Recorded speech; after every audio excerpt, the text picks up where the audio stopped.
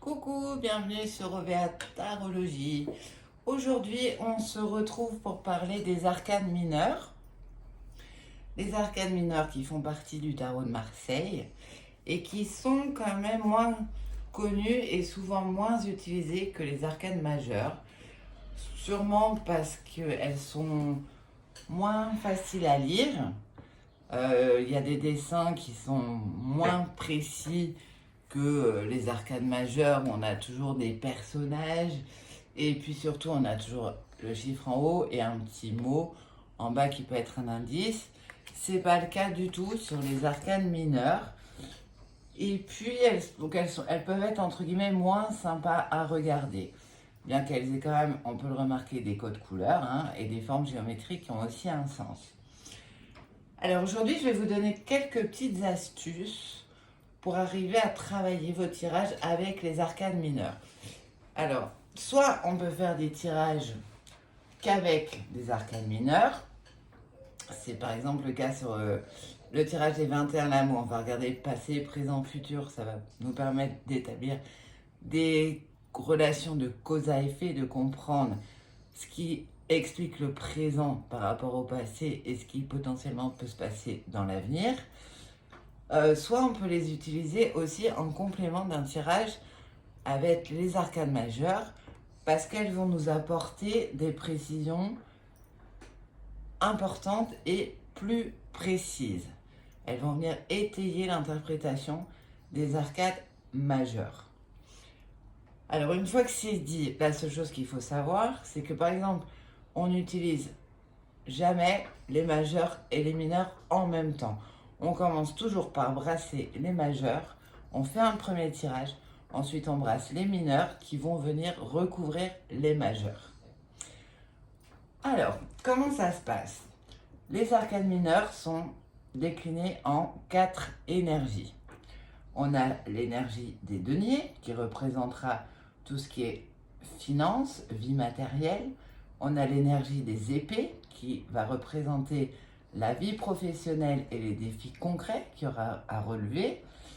L'énergie des bâtons correspondra plus à la vie émotionnelle, donc autant les désirs, les peurs, les craintes, les angoisses, la santé physique comme la santé mentale, l'équilibre entre guillemets. Et puis l'énergie des couples, ça va être la vie amoureuse, mais pas que, ça va être aussi toute la vie relationnelle. Vous pouvez très bien avoir un consultant qui n'a pas de vie amoureuse. Donc on a 4 énergies qui correspondent chacune à un domaine bien précis. Ensuite on remarque qu'elles ont toutes le même nombre. J'ai fait exprès de les aligner. Donc on a à chaque fois 10 cartes. 1, 2, 3, 4, 5, 6, 7, 8, 9, 10. J'ai fait exprès de les mettre dans l'ordre. Et ensuite chacune a 4 honneurs qui sont cavalier, valet, reine et roi. Voilà. Donc 10 numéraires plus 4 honneurs par énergie. On a vu à quoi correspondait chaque énergie. Donc ça, c'est la première chose à repérer. Ensuite, quand vous faites un tirage, quel que soit le nombre de cartes que vous utilisez, la première astuce est de regarder le nombre de cartes qui se dégagent par énergie. Il ne faut pas essayer de les déchiffrer une par une, sinon c'est assez laborieux à faire et ça sera surtout un rendu très assuré. Alors que le but c'est d'avoir une vue d'ensemble. Et donc vous pouvez dans un premier temps regarder sur votre tirage combien de cartes sortent par énergie. S'il faut, vous notez sur un petit papier. Voilà, donc s'il y a plus de deniers, ça veut dire que le domaine financier, matériel sera le domaine dans lequel va se passer des événements dans le futur, si c'est un tirage sur le futur. Si c'est dans le passé, le domaine matériel et financier était important dans le passé. Voilà, si c'est sur l'épée, on sera sur les défis ou sur la vie professionnelle, et ainsi de suite. Donc première chose, amusez-vous à compter le nombre de cartes qui ressortent dans vos tirages par énergie. Comme ça dégage le domaine dans lequel se passera le plus de choses ou le plus important au moment de la consultation pour la personne qui vient vous consulter. Donc on dégage l'énergie dominante, On regarde si les énergies s'équilibrent. Par exemple, si on a autant de deniers que de couples, eh ben, ça veut dire que soit le couple travaille ensemble, et il y a une relation de cause à effet, donc on voit que les deux sont liés, soit que les finances seront en lien directement avec la vie de couple. Voilà. S'il y a une énergie qui est absente, ça veut dire que le domaine ne sera quasiment pas concerné ou passera vraiment en second plan. Donc, dégager l'énergie dominante dans un premier temps. Ensuite, on va s'intéresser aux pairs et aux impairs. Donc, les lames, les cartes impairs, ça va être 1, 3, 5, 7, 9. Les pairs, ça va être 2, 4, 6, 8, 10. Là, tout le monde est d'accord, je pense, sur les pairs et les impairs. Alors, pourquoi on dégage les deux? Parce que les pairs, en fait, vont correspondre à une période passive.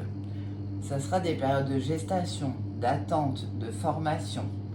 Quand on tire une carte pair, c'est donc une période plutôt passive, d'attente, de formation, de gestation. Par exemple, le 9 ressort souvent pour la grossesse. Ensuite, à l'inverse, si on est sur des cartes impaires, ça sera des périodes actives, c'est-à-dire des périodes où il y aura des mouvements, de la concrétisation, l'accélération des événements.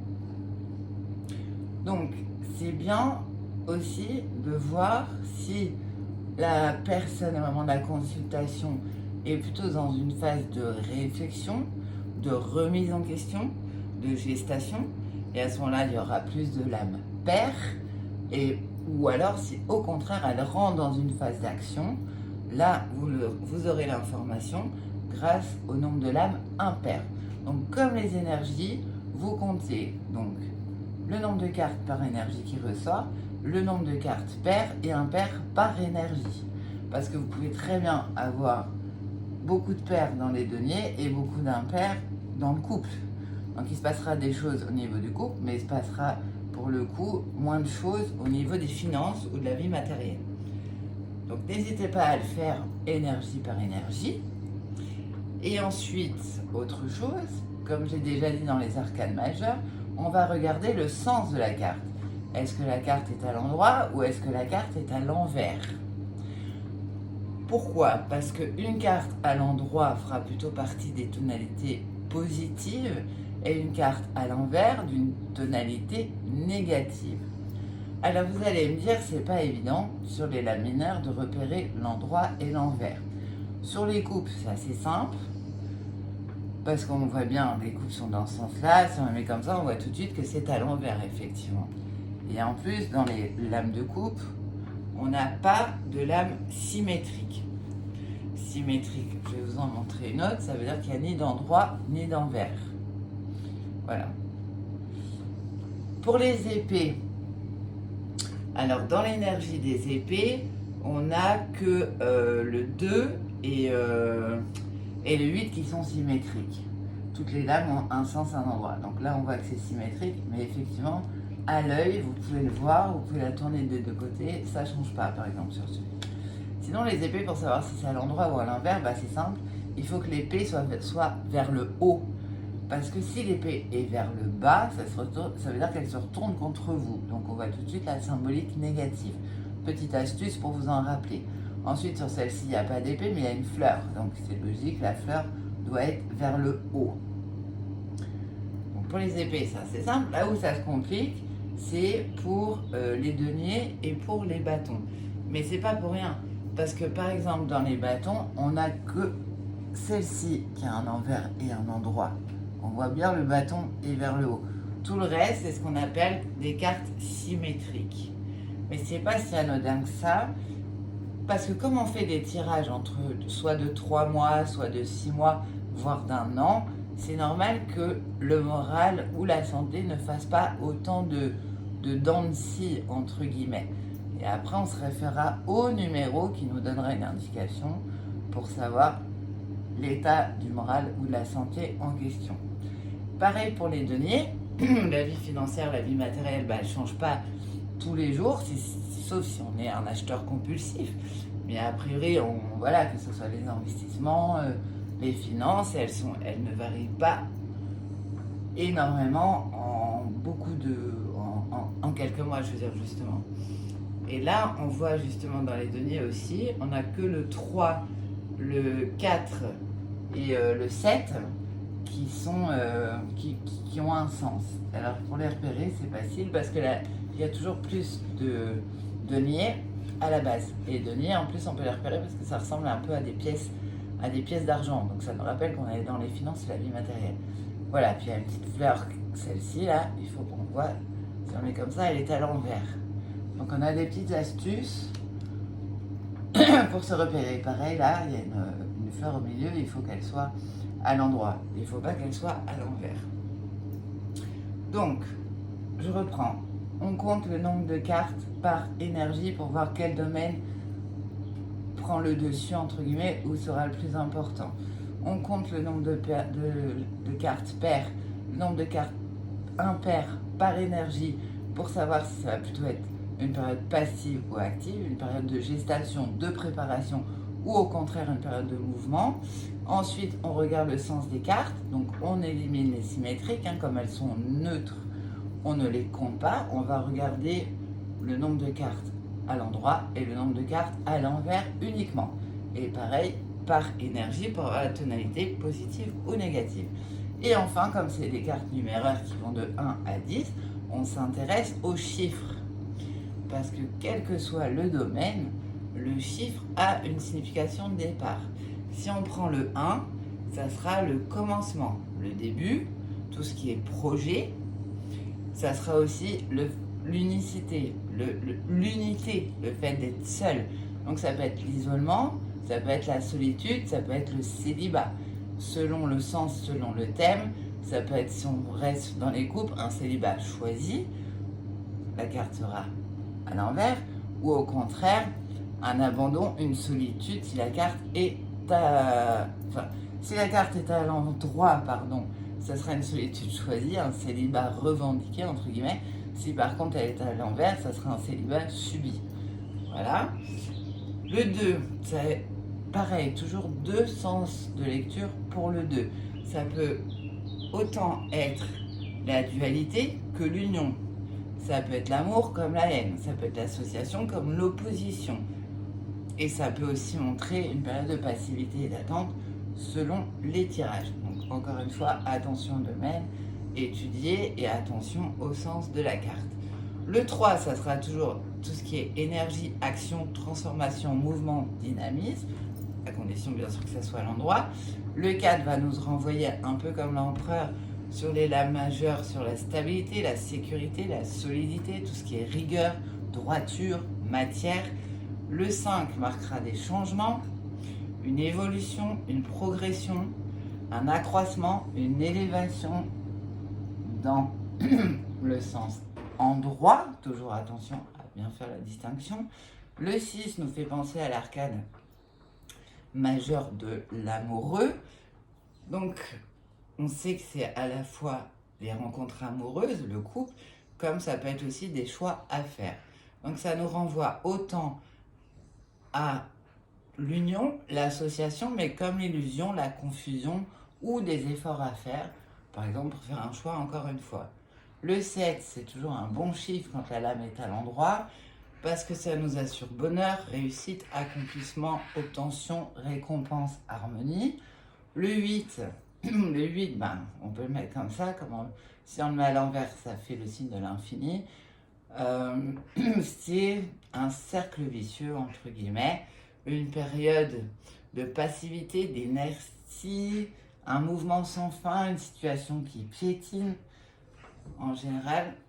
Le 9, ça fait souvent référence à la grossesse. C'est une période de naissance, d'expansion, de création, de gestation et aussi de formation. Donc toujours attention au sens des cartes. Et enfin le 10, c'est une période d'aboutissement. C'est l'achèvement. C'est l'aboutissement de tout ce qui s'est passé avant. C'est la finalité, c'est le terme, c'est la fin d'un cycle. Ensuite, si on prend le valet, par exemple, là je mets le valet de coupe, mais le valet en général, c'est tout ce qui est commencement, projet, création. Ça va aussi parler d'un enfant d'un jeune homme ou d'un adolescent selon le tirage. Si on prend la reine, la reine, ça va être tout ce qui est avoir, possession, confort, l'obtention, la femme, le pouvoir aussi. Si on prend le roi, ça va plutôt nous renseigner sur la réalisation, sur l'aide, sur l'élévation, sur l'accession, et bien évidemment, ça va représenter l'homme aussi. Et le cavalier, lui, va plutôt nous parler de nouvelles, de communication, d'échange, de liaison, aussi de déplacement, de déménagement. Voilà, donc vous voyez, chaque numéro de l'âme délivre une information qui peut être assez intéressante et qu'il faut pas écarter entre guillemets. Le sens endroit envers aussi est très important. Enfin voilà, vous avez plein de petites astuces en fait comme ça pour faciliter la compréhension des lames mineures. Voilà, ça c'est... Par exemple, je vous montre un autre exemple de tirage. Si on prend, non, je vous ai déjà parlé du 6. Si on prend par exemple, on prend le premier d'épée qui est là, avec le 9 de denier qui est ici. Le premier d'épée est en premier et le 9 de denier est derrière. Donc, si on se fie au chiffre 1, on peut dire que c'est un début dans le domaine professionnel, parce qu'on a dit que les énergies d'épée concernaient le domaine professionnel. Et le 9 de bâton, on a dit que le 9 c'était une période de gestation, de formation, qui nécessiterait une formation payante.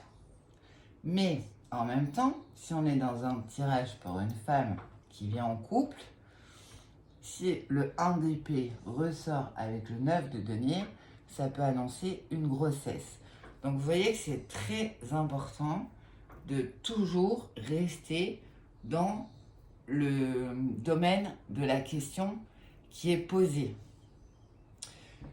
Pareil, si on a cette association dans un tirage, donc la majeure recouverte par une la mineure, là ça nous indiquera qu'il y a eu un changement dans la vie de votre consultant, avec une nouvelle orientation, un nouveau départ, et la précision sera apportée par le 3 d'épée, qui va nous informer que c'est un changement positif, qui s'est fait assez rapidement, mais qui sera positif. Voilà, je fais un peu court parce que là, on n'est pas dans les tirages, mais c'est pour vous montrer quelques exemples qui montrent l'importance de l'endroit, de l'envers, des associations, et d'avoir une lecture, essayer d'avoir un point de vue d'ensemble quand on travaille avec les lames mineures. C'est beaucoup plus facile que de les regarder une par une. Je vous ai donné des petites astuces pour repérer si elles sont à l'endroit, à l'envers, à quelles énergies elles correspondent. Donc la petite pièce de monnaie pour tout ce qui est matériel, finance, l'épée qui doit être en l'air pour être à l'endroit, etc. Bon, les couples, avec le jeu de mots couple, c'est facile à retenir.